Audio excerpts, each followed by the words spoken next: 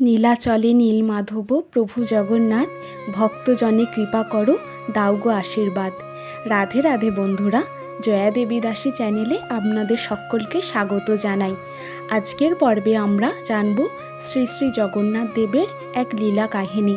আপনাদের কখনো কি মনে হয়েছে জগন্নাথ দেবের রূপ অসমাপ্ত কেনই বা জগন্নাথ দেব বলরাম এবং সুভদ্রা মহারানী অদ্ভুত দৃষ্টিতে তাকিয়ে থাকেন? ভিডিওটি শেষ পর্যন্ত দেখতে থাকুন। এর পেছনের পৌরাণিক কাহিনী জানব আজকের পর্বে।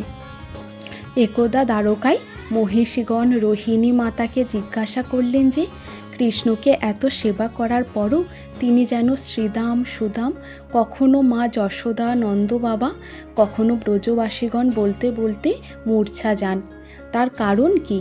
তখন কৃষ্ণ বলরামের অজান্তে সুভদ্রা দেবীকে একটি কক্ষের দ্বারে রেখে নিভৃত কক্ষাভ্যন্তরে রোহিণী মাতা মহিষীদের কাছে ব্রজবাসীদের কৃষ্ণ বিরহের কথা বর্ণনা করতে শুরু করলেন যে বৃন্দাবনের বৃক্ষরাজি তরুলতা কৃষ্ণ বিরহে ফুলে ফুলে সুশোভিত হয় না।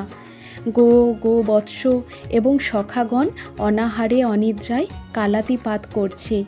মা যশোদা পিতা নন্দ প্রতিদিন ছানা মাখন নিয়ে গোপাল গোপাল বলে কাঁদতে কাঁদতে অন্ধ হয়ে গেছেন।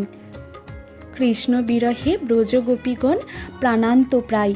এদিকে ভগিনী সুভদ্রা দেবীকে একটি কক্ষের দ্বারে দেখতে পেয়ে কৃষ্ণ এবং বলরাম তার নিকট এসে দাঁড়ালেন। কক্ষাভ্যন্তরে থেকে ভেসে আসা ধ্বনি রোহিণী মাতা কর্তৃক বর্ণিত ব্রজবাসীগণের কৃষ্ণ বিরহ কথা শ্রবণ করতে করতে কৃষ্ণ বলরাম এবং সুভদ্রা বিকারগ্রস্ত হতে লাগলেন।